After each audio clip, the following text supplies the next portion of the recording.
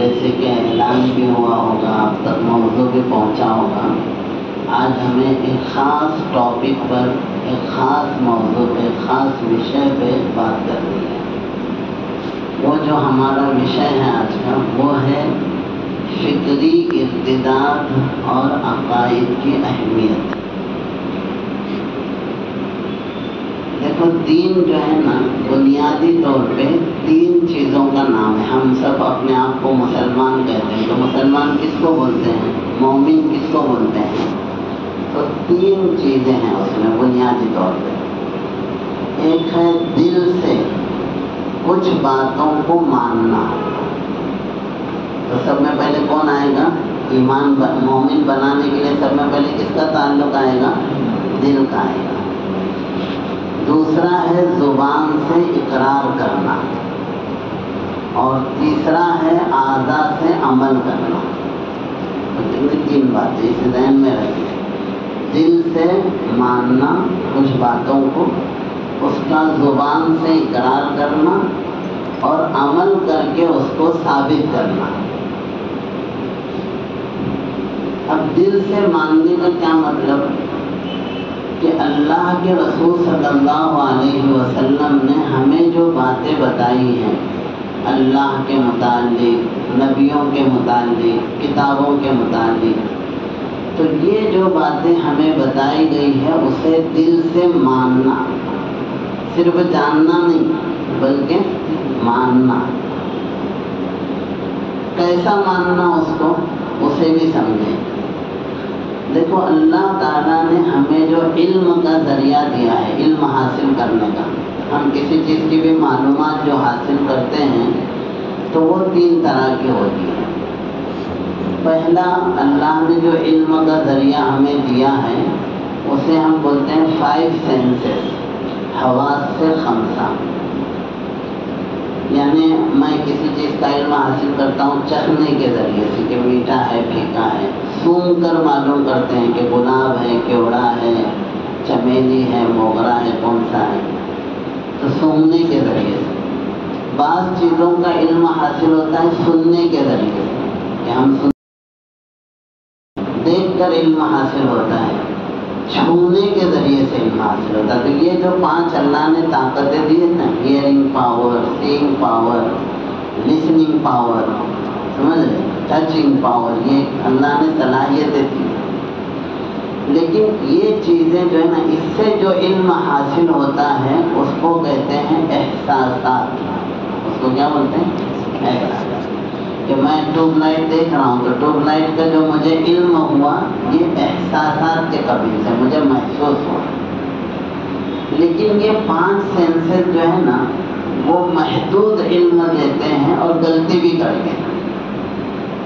مثلا ہوا میں ہوائی جہاز دیکھ کر میری آنکھ دیکھتی ہے تو بولتی ہے اتنا ہی ہے، وہ سمجھ رہے، چھوٹا سا دکھ رہا ہے، تو اس کا مطلب آنکھ غلطی کر رہی ہے، آنکھ کو چھوٹا لگ رہا ہے۔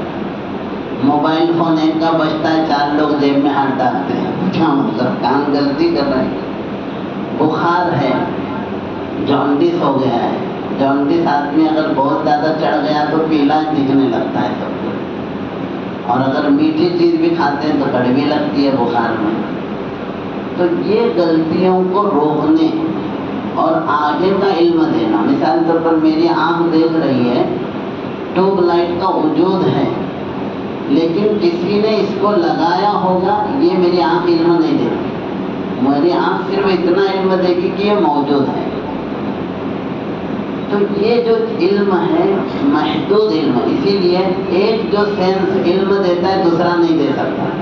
مثال کے طور پر مٹھائی کا جو ہے نا جاننا ہو، اگر ٹیسٹ معلوم کرنا ہو تو زبان ہے۔ آپ زبان چھوڑ کر پورے جسم پر بھی مٹھائی ملیں گے تو اس کا علم نہیں ہوگا، وہ زبان ہی کرنا۔ ایسا ہی ایک برابر بات جلدی سے آگے بڑھاتے ہیں۔ تو یہ جو 5 سینسز ہیں غلطی بھی کرتے ہیں اور محدود علم دیتے ہیں۔ تو اللہ نے اس کے آگے ہمیں اور ایک ذریعہ دیا علم کا، وہ ہے عقل۔ کہ عقل کیا کرتی ہے؟ آگے کا علم، مطلب ٹیوب لائٹ میں دیکھ رہا ہوں تو وجود تو میری آنکھ دکھاتی، لیکن اس کو کسی نے لگایا ہوگا، بنایا ہوگا، انوینٹ کیا ہوگا، یہ کہیں سے آئی ہوگی، کہیں فیکٹری میں بنی ہوگی، یہ پورا علم کون دے رہا ہے؟ عقل دے رہا ہے۔ اور عقل ہی مجھے بتائے گی کہ وہ پلین دور ہے اس لیے چھوٹا دکھ رہا، اگر زمین پہ آئے گا تو وہ اتنا چھوٹا نہیں ہے۔ یہ کون بتا رہی ہے؟ عقل۔ تو عقل کیا کرتی ہے؟ یہ یعنی پہلے نمبر پہ یہ 5 سینسز ہیں، اس سے اوپر کا درجہ ہے عقل کا۔ تو عقل اس کو کنٹرول بھی کرتی ہے اور آگے کا علم بھی دیتی ہے۔ لیکن انسان کی عقل بھی محدود ہے۔ کیوں محدود ہے؟ اس لیے کہ انسان کی عقل وقت کے ساتھ، تجربے کے ساتھ ڈیولپ ہوتی ہے۔ اب اس پہ زیادہ تشریح نہیں کریں گے، آپ سب الحمدللہ پڑھے ہوئے ہیں۔ آپ دنیا کا ہی تصور لیجئے، آپ سقراط کو پڑھیے، ارسطاطالس کو پڑھیے، پلیٹو کو پڑھیے، یونانی فلسفے کو آپ پڑھیے۔ اس سے پہلے کی جو تھیوریز تھی دنیا کے بارے میں، بلکہ یہاں تک بھی تھا لوگوں میں کہ زمین چپٹی ہے شروع میں، کہ زیادہ دور تک مت جاؤ ورنہ پھسل کے ادھر گر جائیں گے، ایسا بھی تصور تھا دنیا میں۔ سورج گرہن کے بارے میں آپ پڑھیں گے اگر، اتنے الگ الگ باتیں تھیں۔ بعض لوگ سورج گرہن دیکھ کے ڈھول بجاتے تھے کہ ایک بڑا آفتاب سورج کو نگل لیا ہے، تو اب بچانے کے واسطے، اسے بھگانے کے واسطے تھوڑی دیر بجاتے ہوں گے، تو پھر تو وقت ہونے پر تو کھلنا سے نا گرہن کو، تو خوش ہو جاتے تھے کہ چلو ہمارے بجانے سے کیا ہو گیا، مسئلہ حل ہو گیا۔ تو عقل محدود کام کرتی ہے۔ اب اس پہ زیادہ دیر کیا، پھر کائنات جو ہے نا اللہ نے بہت بڑی بنائی ہے، اتنی بڑی کائنات ہے کہ ہمارے سورج جیسے ہزاروں سورج ہیں، اور وہ سب مل کر ایک کہکشاں گیلیکسی بنتی ہے، اور ویسی 50 ارب گیلیکسیز اب تک ملی ہے سائنسدانوں کو۔ لیکن یہ سب ہے پہلے آسمان کے نیچے کی چیزیں۔ پہلا آسمان کیا ہے سائنسدانوں کو نہیں معلوم، آج تک بھی نہیں معلوم، میں بول رہا ہوں ابھی تک بھی نہیں معلوم پہلا آسمان کیا ہے۔ تو عقل اب اس کے آگے کام کرنا چھوڑ دے گی۔ عقل تجربے کے بھی پابند ہے، اسی لیے اگر آج سے 100 سال پہلے کسی کو بولا جاتا کہ تم یہاں بیٹھے بیٹھے امریکہ بات کریں گے تو وہ انکار کر دیتا، سمجھ رہے؟ یہ کام ممکن ہے، میں ابھی کھیت کے بازو میں آدمی کو نہیں بلا سکتا، تم امریکہ کی بات کر، انکار کرتا۔ یہ شروع میں جو نا ریڈیو سن کے ایک آدمی بولا اس میں آدمی کیسا گھسا ہوگا، اندر سے آواز آتی، یہ ممکن نہیں ہے۔ پھر انہیں کھول کے دیکھا اسے تو کچھ نہیں دیکھا تو بھاگ گیا، جن ہوگا۔ یہ تھا، یہ انسانی عقل ہے، عقل محدود ہوتی ہے۔ تو اللہ تعالیٰ نے عقل سے اوپر علم کا ایک اور ذریعہ دیا ہے جسے کہتے ہیں وحی۔ کیا ہے؟ وحی۔ وحی آخری درجہ ہے علم کا۔ وحی بولے تو کیا کہ اللہ تعالیٰ اپنے نبی کو بھیجتے ہیں، اور نبی کو بھیج کر اپنا علم اس کے ذریعے سے انسانوں کی ہدایت کے لیے دے دیتے ہیں۔ اب وہ نبی آ کر بتاتا ہے کہ ہم آئے کہاں سے اور ہم کو جانا کدھر ہے، یہ کائنات کیسے بنی اور کائنات کا انتہا کیا ہے، ابتدا کیا ہے۔ اب بہت ساری باتیں پھیلانے کے لیے میں تو ذرا آگے اس کو اب سمجھیں آپ۔ مثال کے طور پر ہم آئے کہاں سے، ایک سوال ہے، دنیا کی آج تک کوئی سائنس اس کا جواب نہیں دے سکتا۔ اچھا پھر یہی سمجھو، ایک ہوتا ذہنی اپج۔ ذہنی اپج کا مطلب کیا، میں بیٹھ کے سوچنا شروع کر دوں ایسا ہوا ہوگا، ہو سکتا ہے ایسا ہوا ہوگا۔ جیسے کہ ڈاروین ہے، ڈاروین کی جو تھیوری ہے، ڈاروینزم جسے بولتے ہیں ہم لوگ، کہ بندر سے آیا، وہ ایک سمندری سفر کے دوران اس کے ذہن کی اپج تھی کہ ایسا ہوگا کہ انسان کے زیادہ قریب کون جانور ہے، بندر ہے، تو ہو سکتا ہے انہیں بندر سے جایا ہوگا۔ لیکن سائنس نے اس کو، دا سائنٹسٹ ہیز ریفیوٹیڈ، کہ یہ سائنس نے انکار کر دیا کہ یہ ممکن ہی نہیں ہے، کیونکہ بندر کی ساخت انسان سے بالکل الگ ہے۔ تو 1939 میں اس کی تھیوری کو ٹوکری میں ڈال دیا، لیکن آج بھی ہمارے یہاں پڑھائی جا رہی ہے، ابھی اس پہ ذرا آگے بات کریں گے۔ اس کی وجہ کیا تھی؟ انگریزوں کو اس تھیوری کی ضرورت اس لیے پڑی، اس لیے انہوں نے پروموٹ کیا اسے کہ انگریز کا جو ہے نا سورج اس زمانے میں ڈوبتا نہیں تھا، یعنی اتنی دنیا پہ حکومت تھی ان کی، ہمارے انڈیا میں انہی کے ماتحت تھا اس زمانے کی بات ہے، یعنی مڈل آف 19th سینچری۔ تو ان کو یہ ثابت کرنا تھا کہ ہم گورے لوگ سب میں ٹاپ ہیں اور ہمارے پیچھے انڈین ہیں، سمجھ رہے، انڈین اور ایشین یہ 2 نمبر پہ، ابھی انہوں پورے ڈیولپ نہیں ہوئے، ہم پورے ڈیولپ ہو کے گورے ہو گئے، سمجھ رہے ہمارے پیچھے انہوں ہیں اور ان کے پیچھے افریقی لوگ ہیں، تو وائٹ از رائٹ۔ اب یہ جو ہے نا، یعنی یہ جملے سے آپ پوری تاریخ پہ جائیے کہ انہوں نے کیسے کیسے اپنا ورچسو بنانے کے لیے افریقن ہسٹری پہ آپ غور کیجیے، ایشیا میں جو ہسٹری انگریزوں نے لکھی اور اپنا پھر یہ سب چیزیں جو میرے کو اصل پوائنٹ پہ آنا اس طرف آتے ہیں، تو آئے کہاں سے یہ نہیں معلوم ہو سکتا تھا۔ اچھا جانا کدھر ہے یہ بھی نہیں معلوم، موت کیا چیز ہے، سائنسدان کے پاس 200 جواب دینے کی کوشش کی اب تک، سمجھ رہے، الیکسس کیرل ایک نوبل پرائز یافتہ ہے، اس نے اس پہ لکھا کہ موت کیا چیز ہے، پھر کہا کہ نہیں، موت پہ قابو بھی نہیں پا سکتے، اس کا جواب بھی نہیں دے سکتے۔ اسی لیے قرآن کریم میں ہے، اب بہت ساری بات یاد آ رہی ہے، یسألونک عن الروح، لوگ آپ سے روح کے بارے میں پوچھتے ہیں، تو سائنس کے پاس موت کیا ہے اس کا کوئی جواب نہیں، آج تک بھی نہیں۔ موت کے بعد آدمی جاتا کدھر ہے اور روح کیا ہے، اسی لیے سائنسداں ابھی یہی سوچنے میں ہے کہ ہم آئے کدھر سے ہیں۔ تو اللہ نے گمراہی سے بچا لیا، انسانوں کو اللہ نبی دیتے ہیں، نبی آ کے بتاتا ہے کہ تم بندر کے اولاد نہیں ہیں، انسان کے اولاد ہیں، اور اللہ نے حضرت آدم کو پیدا کیا، سمجھ رہے، یہ نہیں بتاتا۔ سائنس تو ہمیں ابھی یہی بتانے میں ہے کہ تم بندر کے اولاد ہیں، تو نبی آ کے انسانوں کا رخ صحیح کرتے ہیں۔